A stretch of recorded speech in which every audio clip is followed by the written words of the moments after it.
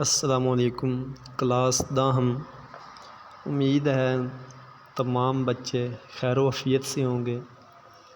اور دل جوئی سے اپنے کام میں مصروف ہوں گے، پڑھائی کے حوالے سے محنت جاری ہوگی۔ جیسے کہ آپ کو پتہ ہے کہ ہم مضامین کر رہے ہیں اور اسی سلسلے میں آج جو ہمارا مضمون ہے وہ ہے تندرستی ہزار نعمت ہے۔ تو اس کو بھی ہم پہلے کی طرح سمجھنے کی کوشش کریں گے تاکہ آپ کے لیے آسانی ہو۔ اس لیے اس کے میں نے کچھ اہم نکات لکھ دیے ہیں حوالے سے اشعار اور کچھ قرآنی آیات اور حدیث مبارکہ، تاکہ ان سب کو آپ شامل کر کے ایک اچھی انداز میں مضمون لکھ سکیں۔ اب آ جاتے ہیں ہمارے موضوع کی طرف، جو کہ تندرستی ہزار نعمت ہے۔ اس کا پہلا اہم نکتہ ہے جو وہ ہے تندرستی کا مفہوم۔ تو ہمیں سب سے پہلے اس کا مفہوم جاننا ہوگا کہ تندرستی کیا ہے۔ تندرستی جو لفظ ہے یہ دو لفظوں کا مجموعہ ہے، جس میں ایک ہے تن اور دوسرا ہے درستی۔ اب تن کے معنی جو ہیں وہ ہیں جسم کے، اور درستی یعنی کہ اس کو درست کرنا۔ تو تندرستی کے معنی ہوا اپنے جسم کو درست رکھنا، ٹھیک رکھنا، اس کا یعنی کہ خیال رکھنا۔ یعنی کہ تندرستی یہ ہے کہ ہم اپنے جسم کو کیسے بیماریوں سے بچا سکتے ہیں، اس کو کیسے ہم محفوظ رکھ سکتے ہیں، اس کا ہم کیسے خیال رکھ سکتے ہیں کہ ہمارا جسم مختلف قسم کی بیماریوں سے بچ سکے۔ تو اس طرح کر کے اس کا مفہوم آپ نے تھوڑا سا لکھ دینا ہے۔ اس کے بعد آگے آ جاتا ہے کہ ساتھ کچھ اور اس میں شامل کر لیں کہ اللہ تعالیٰ نے جب یہ انسان کو بنایا ہے، اس کو عقل اور شعور دیا ہے تاکہ وہ اس کو استعمال کرتے ہوئے اپنے اچھائی اور برائی میں فرق کر سکیں کہ کون سی چیز اس کے لیے اچھی ہے، کون سی چیز اس کے لیے بری ہے، تاکہ اس سے وہ اندازہ لگا سکے۔ اس کے علاوہ اگلا ہمارا جو اہم نکتہ ہے وہ ہے تندرستی اور خوشحال زندگی۔ اگر انسان چاہتا ہے کہ وہ ایک خوشحال زندگی گزارے، بہتر زندگی گزارے، تو اس کے لیے سب سے پہلی جو چیز ضروری ہے وہ ہے تندرستی۔ کیونکہ اگر انسان تندرست نہ ہو تو چاہے اور کتنی بھی نعمتیں اس کے پاس ہوں، وہ ساری کی ساری اس کے لیے سود مند ہے کہ اس سے ان کو کوئی فائدہ نہ پہنچ سکے گا۔ اس کی مثال ایسی ہے کہ ایک شخص ہے، وہ بیمار ہے، اب اس کے پاس دولت کے انبار لگے ہوئے ہیں، ڈھیر لگے ہوئے ہیں، لیکن نہ وہ چل سکتا ہے، نہ پھر سکتا ہے، نہ کھڑا ہو سکتا ہے خود سے، نہ بیٹھ سکتا ہے۔ اس کی بیماری کی حالت اس قدر ہے کہ وہ کوئی بھی کام خود سے نہیں کر سکتا، وہ ہر کام میں دوسروں کا محتاج ہے، اس کا انحصار دوسروں پر ہے۔ تو اب اس کی جو ساری کی ساری دولت ہے، ساری کی ساری عزت شہرت، وہ بیکار ہے، وہ اس کو کوئی فائدہ نہ دے سکے گی۔ تو اس لیے اگر ہم چاہتے ہیں کہ ایک خوشحال زندگی گزاریں، ایک بہترین زندگی گزاریں، تو اس کے لیے سب سے پہلی چیز جو ضروری ہے وہ انسانی جسم کا صحت مند ہونا ضروری ہے۔ کیونکہ اگر انسانی جسم صحت مند رہے گا تو تب بھی انسان ایک خوشحال زندگی گزار سکے گا۔ اس کے بعد اگلا ہمارا جو نکتہ ہے تیسرا، وہ ہے بیماریوں کا شکار انسان کی زندگی۔ یہ بھی پہلے سے ملتا جلتا ہی ہے کہ ایک شخص جیسے کہ بیماریوں میں جکڑا ہوا ہے، اس کو مختلف قسم کی بیماریاں ہیں، اور بیماریاں اس کی اتنی شدید تر ہو چکی ہیں کہ وہ اپنی مرضی سے کوئی کام نہیں کر سکتا، نہ وہ چل سکتا ہے، نہ بیٹھ سکتا ہے، نہ کھڑا ہو سکتا ہے، نہ ہی وہ سانس لے سکتا ہے۔ تو اب اس کے لیے کتنی زیادہ پریشانیاں، مشکلات بن جائیں گی کہ جس طرح ہم ایک آزاد فضا میں سانس لیتے ہیں، اس طرح وہ ایک آزاد فضا میں سانس نہ لے سکے گا، بلکہ کیا ہے، اس کے لیے اس کو آکسیجن لگانا پڑے گا جس سے وہ سانس لے رہا ہے۔ تو اب وہ جو بیماری والی زندگی گزار رہا ہے تو اس کے لیے کتنی مشکلات، پریشانیاں ہوں گی۔ چاہے اس کے پاس باقی جتنی مرضی نعمتیں ہوں، جیسا کہ اس کے پاس دولت بہت زیادہ ہے، گاڑیاں ہیں، بنگلے ہیں، عزت ہے، شہرت ہے، سب کچھ اس کے پاس موجود ہے، لیکن جو چیز موجود نہیں ہے وہ ہے اس کی تندرستی، کہ اس کی صحت ٹھیک نہیں ہے۔ تو وہ اب ان ساری جو چیزوں سے کوئی فائدہ اسے نہ دے سکیں گی اگر اس کی صحت تندرست نہیں ہے۔ اس کے مقابلے میں ایک شخص چاہے وہ غریب ہے مگر وہ صحت مند ہے تو وہ کسی کا محتاج نہیں ہے، اپنی مرضی سے اٹھ سکتا ہے، بیٹھ سکتا ہے، چل پھر سکتا ہے، کھا سکتا ہے، اچھل کود سکتا ہے، جس سے وہ لطف اندوز حاصل ہو سکتا ہے۔ تو اس لیے کہ اگر ہم چاہتے ہیں کہ ہم ایک اچھی زندگی گزاریں اور بیماریوں سے محفوظ رہیں تو ہمیں اپنی زندگی کا بہت زیادہ خیال رکھنا ہوگا۔ اس میں خاص طور پر اپنے کھانے کا، کہ وقت پر کھائیں، وقت پر سوئیں۔ اس کی کچھ عادتیں ہوتی ہیں کہ ہم اپنی صحت کو کس طرح بہتر کر سکتے ہیں۔ اس کے علاوہ اگلا ہمارا جو نقطہ اہم وہ ہے حفظان صحت کے اصولوں کو اپنانا، کہ ہم اپنی صحت کی حفاظت کے لیے کچھ اصول ہوتے ہیں، ان کو اپنا کر اپنی زندگی کو کیا ہے بہت بہتر انداز میں جی سکتے ہیں۔ اس کے حوالے سے ایک چھوٹا سا واقعہ ہے کہ ایک مرتبہ ایسا ہوا کہ مدینہ منورہ میں ایک طبیب آیا کہ میں یہاں پر جو مسلمان ہیں ان کی جو کیا ہے ان کا علاج کروں گا۔ اب اس کو کافی دن یہاں پر گزر گئے مگر کوئی بھی مریض اس کے پاس علاج کے لیے نہ آیا اس کے پاس۔ تو اس چیز پر وہ حیران اور پریشان ہو گیا کہ مجھے اتنے دن یہاں پر آئے ہوئے ہو گئے ہیں مگر کوئی بھی شخص میرے پاس اپنا علاج کرانے نہ آیا۔ تو تب اس نے سوچا کہ میں نبی کریم کے پاس جاتا ہوں اور اپنا مدعا بیان کروں گا۔ تو آپ خاتم نبی صلی اللہ علیہ وسلم کی خدمت اقدس میں حاضر ہوا اور اپنی صورتحال سے آگاہ کیا کہ میں یہاں پر لوگوں کا جو ہے علاج کرنے آیا تھا مفت میں،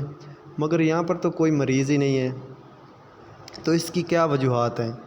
تو تب نبی کریم صلی اللہ علیہ وسلم نے فرمایا کہ یہ جو لوگ ہیں جب خوب بھوک لگے تو کھانا کھاتے ہیں، اور دوسرا ابھی بھوک باقی ہو تو ہاتھ کھینچ لیتے ہیں، اس لیے یہ لوگ نہ بیمار ہوتے ہیں اور نہ یہ اب علاج کروانے آتے ہیں۔ یعنی کہ اس سے مراد یہ ہے کہ جب آپ کو بھوک لگے تب کھائیں، اور دوسرا مکمل پیٹ بھر کر نہ کھائیں بلکہ ابھی کچھ جگہ باقی رہے۔ اس کے والے سے ایک اور بھی واقعہ ہے کہ ایک حکیم ہے، ایک طبیب ہے، وہ سمجھا رہے تھے ایک مریض کو کیسے اپنے جو ہے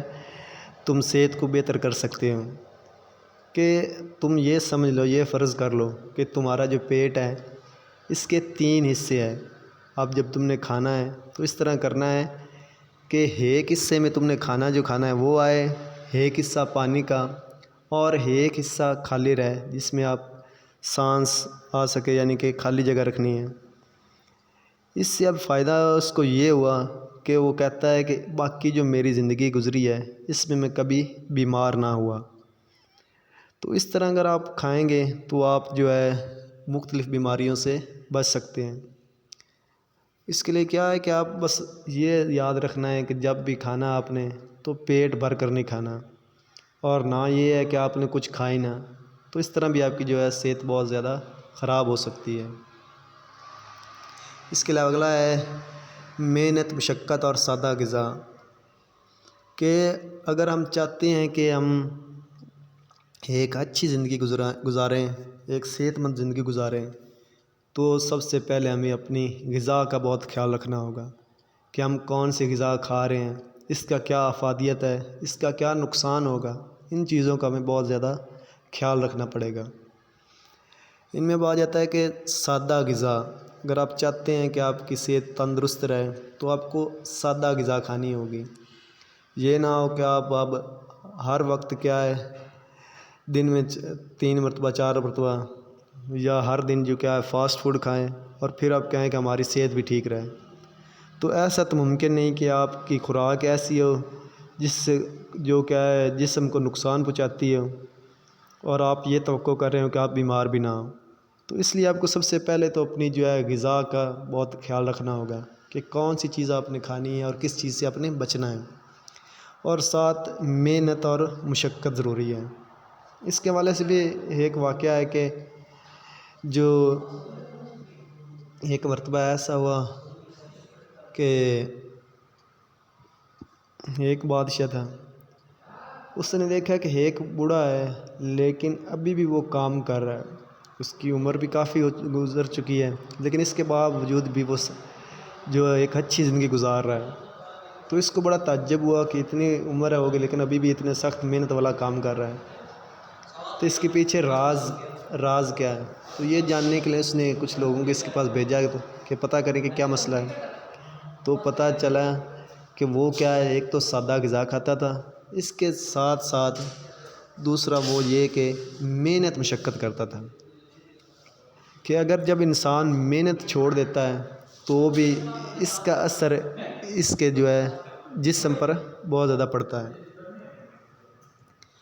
اب آج تک اہم نقطہ جو ہے تندرستی قائم رکھنے والے آتے ہیں، کہ کچھ عادات ہوتی ہیں جن کی وجہ سے اپنا کر ہم کیا ایک صحت مند زندگی گزار سکتے ہیں،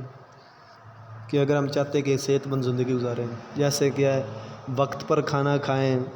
یہ ایک بہت اچھی عادت ہے، کیونکہ اگر آپ جب روٹین پر کھاتے ہیں تو آپ کا جسم اس کو اس جو ہے مناسبت سے ایڈجسٹ کرتا ہے۔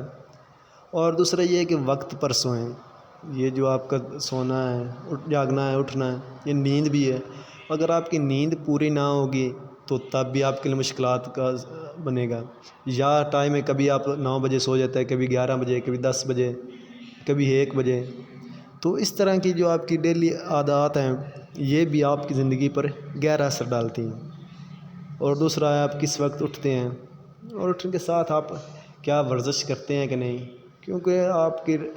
روزانہ کی جو اپنی صحت کے لیے آپ کتنا وقت دیتے ہیں اپنے آپ کو۔ اگر آپ چاہتے ہیں کہ ایک صحت مند زندگی گزاریں تو آپ کو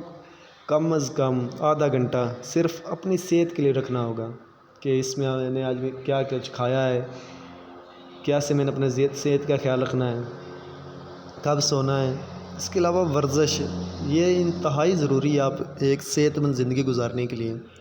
اس طرح کر کے اس کے علاوہ اور بھی کافی ہیں